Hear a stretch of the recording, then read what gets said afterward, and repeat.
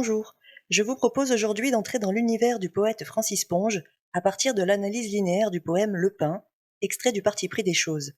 Ce texte est particulièrement abordable et représentatif de son projet d'écriture, qui sera poursuivi plus tard dans le recueil La rage de l'expression. Le Parti pris des choses est le premier recueil de Francis Ponge constitué de 32 poèmes en prose. C'est l'œuvre fondatrice d'un projet d'écriture marginale qui a permis à son auteur d'obtenir la notoriété et de poursuivre ses recherches les décennies suivantes. La composition du recueil s'étend de 1924 à 1942, années durant lesquelles Francis Ponge a pris ses distances avec les surréalistes pour élaborer un projet expérimental original, faisant un long voyage dans l'épaisseur des choses. Ce poème est consacré au pain, objet parfaitement ordinaire, comme tous ceux du recueil, et qui sous la plume du poète change totalement de dimension. Notre projet de lecture sera le suivant. Nous verrons comment une réalité banale peut être transfigurée en objet poétique, avec art, méthode et subtilité. Les mouvements du texte sont les suivants. Le premier paragraphe ouvre sur une vision originale du pain dont on observe la croûte. Dans le deuxième, la magie de l'écriture poétique opère lentement à travers la description du processus de la cuisson. Dans le troisième paragraphe, nous explorons l'objet de l'intérieur, découvrant sa mie, puis dans la chute finale, les 3 niveaux de lecture du poème tissé progressivement se trouvent confirmés. Procédons à la lecture du texte. Le pain. La surface du pain est merveilleuse d'abord, à cause de cette impression quasi panoramique qu'elle donne. Comme si l'on avait à sa disposition sous la main les Alpes, le Taurus ou la cordillère des Andes. Ainsi donc, une masse amorphe en train d'éructer fut glissée pour nous dans le four stellaire, où durcissante elle s'est façonnée en vallées, crêtes, ondulations, crevasses, et tous ces plans dès lors si nettement articulés, ces dalles minces où la lumière avec application couche ses feux, sans un regard pour la mollesse ignoble sous-jacente. Ce lâche et froid sous-sol que l'on nomme la mie a son tissu pareil à celui des éponges. Feuilles ou fleurs y sont comme des sœurs siamoises, soudées par tous les coudes à la fois. Lorsque le pain rassit, ces fleurs fanent et se rétrécissent. Elles se détachent alors les unes des autres, et la masse en devient friable. Mais brisons-la, car le pain doit être dans notre bouche moins objet de respect que de consommation. Le titre. L'article défini fait songer à une entrée de dictionnaire. Il nous invite à lire une définition, une leçon de choses. Et en effet, le poème, de par sa construction ensuite, s'apparente à un texte explicatif dans une succession de phrases relativement complexes et articulées par des liens logiques abondants. L'usage de termes relativement techniques et l'emploi de verbes au présent intemporel, du pronom indéfini on, donnent aussi une allure encyclopédique à l'ensemble de ce texte bref. Dès le début, c'est une vision nouvelle du pain qui nous est proposée. Objet de la réalité banale, il ne représente a priori rien d'autre, même accompagné de connotations savoureuses suggérées par l'aliment universel qui accompagne nos repas quotidiens. Toutefois, la lecture des textes de Ponge nécessite que l'on s'arrête souvent sur le sens des mots et leur champ sémantique, c'est-à-dire leurs différents sens. L'auteur travaillait en effet toujours avec un littré. Ici, il apparaît d'emblée comme merveilleux. Au sens littéraire, il faut comprendre un phénomène surnaturel, digne de la magie, du conte. Le pain banal devient ainsi fascinant, prodigieux, la métamorphose commence. Par la vision que le poète va partager, par l'alchimie poétique, la réalité va être sublimée, transfigurée. Arrêtons-nous à présent sur le mot impression.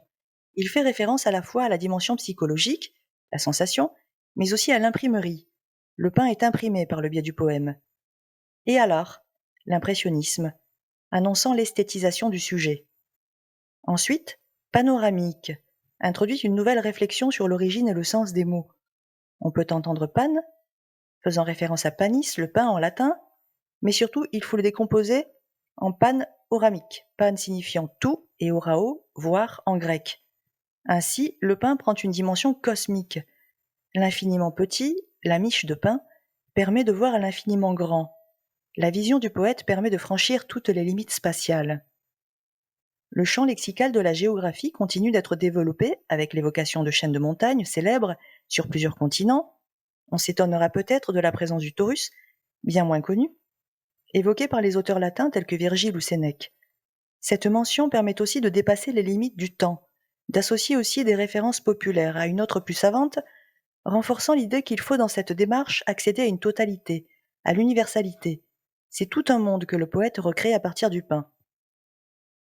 Enfin, on relèvera aussi une redondance étonnante si l'on ne devinait pas le plaisir que prend Ponge à jouer avec les mots et la richesse de leur sens. Avoir quelque chose sous la main exprime bien que l'on tienne concrètement le pain dans sa main, rappelant la réalité matérielle de l'objet par le sens du toucher, mais avoir sous la main au sens figuré signifie aussi avoir à disposition. Ainsi, le monde dans sa richesse et sa simplicité est à portée de main si l'on y prête attention. Au début du deuxième paragraphe, l'emploi de connecteurs d'abord, ainsi donc, souligne bien la volonté de déterminer un ordre, à la fois chronologique et logique, à la description. Tout comme le pain est fabriqué en suivant des étapes très précises, le texte se construit selon un processus rigoureux. La masse amorphe est à nouveau une expression redondante, puisqu'une masse est déjà considérée comme amorphe, c'est-à-dire sans forme. Néanmoins, le terme masse repris plus loin appartient aussi au domaine scientifique, amorçant le glissement vers le champ lexical de l'architecture, puis des sciences naturelles. On assiste alors à la fabrication du pain, qui gonfle sous l'effet du levain. Personnifié, il est en train d'éructer dans le four stellaire. L'assonance en R permet de mimer le crépitement produit dans le processus. Par ailleurs, l'adjectif stellaire est intéressant dans le sens où il renvoie à l'astronomie, à la cosmogonie. On assiste en filigrane à la création du monde, à la formation de la croûte terrestre, des vallées et des crêtes. Dans un second sens, plus poétique et littéraire, stellaire signifie, étymologiquement, étoilé, ce qui métaphoriquement fait référence à la voûte céleste, et donc au domaine du rêve, à la magie de la création poétique dans ce four merveilleux, surnaturel.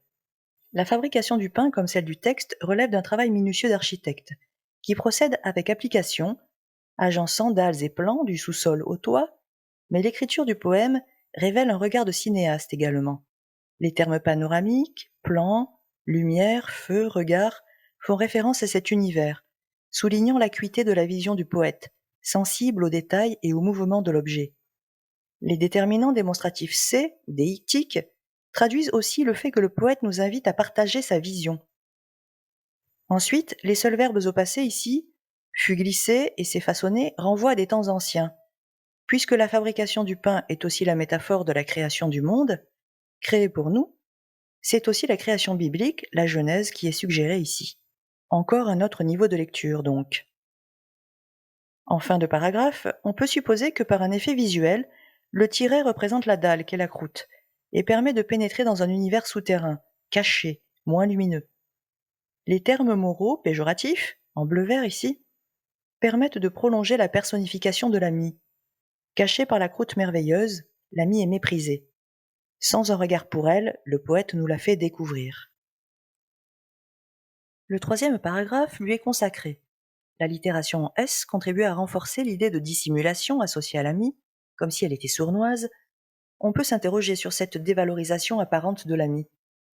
Il faut comprendre par là qu'il ne s'agit pas d'idéaliser le pain, ou au contraire de le déprécier, mais bien de donner une représentation du monde, qui associe les contraires, les sommets et les profondeurs. D'autre part, il est sans doute volontaire d'attribuer de manière arbitraire des caractéristiques morales pour en souligner la vanité et la subjectivité. Le champ lexical du langage, à travers nommé et tissu, rappelons que l'étymologie du mot texte est tissu, permet de poursuivre la construction du troisième niveau de lecture. C'est bien de la création poétique et de l'écriture du poème lui-même dont il est question aussi. C'est une métaphore végétale et animale, surlignée ici, qui est choisie pour transfigurer la mie. Notons le jeu sur la polysémie du nom éponge. Il s'agit de l'éponge végétale, l'un des premiers organismes vivants renvoyant à la création du monde, encore une fois. C'est aussi l'objet ménager, dont l'aspect visuel est à rapprocher de la mie. C'est à cela que vous avez sans doute pensé de prime abord. Mais c'est aussi une paronomase avec le nom de l'auteur, Ponge. Le poète qui est en train de nommer, de construire un tissu de mots sur le pain. Le poète élabore lui aussi un réseau étroit de liens variés autour des mots, des sens, des concepts, établit des rapprochements bien soudés par tous les coudes à la fois. D'ailleurs, ces mots appartiennent au domaine du bâtiment encore, de la plomberie pour être plus précis, et l'on continue de penser que c'est de l'architecture du texte dont il s'agit, plus que de la fabrication du pain. Enfin, la dernière phrase, lorsque le pain rassis ses fleurs fanes et se rétrécissent, elles se détachent alors les unes des autres et la masse en devient friable, décrit la décomposition du pain, symbolisant le cycle de la vie. Elle est évoquée en une longue phrase pour souligner la lenteur du processus du vieillissement. Par ailleurs, son caractère insidieux est renforcé par l'allitération en S et F. Ainsi, la masse amorphe initiale redevient une masse friable, tombant en poussière, comme tous les êtres vivants. Si nous observons à nouveau les verbes, nous constatons que les verbes pronominaux se multiplient, comme si le monde créé autour du pain avait une vie autonome, indépendante de l'action humaine. L'homme reprend sa place dans un univers qu'il ne maîtrise pas et qui évolue sans lui. Tout au plus prend-il la posture d'un contemplateur privilégié des choses fascinantes qui l'entourent. Francis Ponge, le premier, oppose un refus catégorique au lyrisme et à l'orgueil proprement humain, pour s'effacer autant que possible derrière le monde qui apparaît en perpétuel mouvement. La fin du poème livre en définitive une conclusion magistrale. Mais brisons-la, et de nouveau à lire de 3 façons. D'abord, brisons la miche de pain. En d'autres termes, passons à table. Ensuite, briser le pain est aussi le geste sacré qui consiste à partager le corps symbolique du Christ dans les religions chrétiennes. En ce sens, il s'agirait de désacraliser l'objet, pour le ramener à son usage premier et à le considérer sans aucun mot. Enfin, avec une petite différence orthographique, brisons-la avec un accent sur le « la » signifie « arrêtons-nous là, cessons de discuter ». Francis Ponge évoque sans doute l'échec du langage. En dépit ou à cause de toutes les interprétations développées, Francis Ponge semble contraint de s'incliner devant l'objet, définitivement insaisissable par le langage. Enfin, car le pain doit être dans notre bouche moins objet de respect que de consommation, un dernier trait d'humour et de dérision dans l'emploi du nom bouche, à comprendre comme organe du goût, mais aussi de la parole. Débarrassé de connotations morales et culturelles, l'objet assoit son règne par son existence matérielle. Il trône sur la table, sans qu'on ait besoin d'en parler, de le magnifier, d'y donner d'autres valeurs que celles qui justifient qu'on le fabrique. Le dernier mot du poème, consommation, invite le lecteur à reprendre le cours de sa vie, à en jouir simplement, et à sortir de cette bulle poétique. En conclusion, ce poème est parmi les plus simples de Ponge, particulièrement intéressant, en ce qu'il raconte à la fois la fabrication du pain, mais aussi la création du monde et la recomposition d'un monde imaginaire, au fil d'une écriture qui semble se chercher et se construire sous nos yeux. 3 niveaux de lecture sont donc mêlés dans ce poème fascinant. Par ailleurs, il contient en tout point les caractéristiques de l'écriture poétique de Ponge que je détaillerai dans la prochaine vidéo. À très bientôt donc.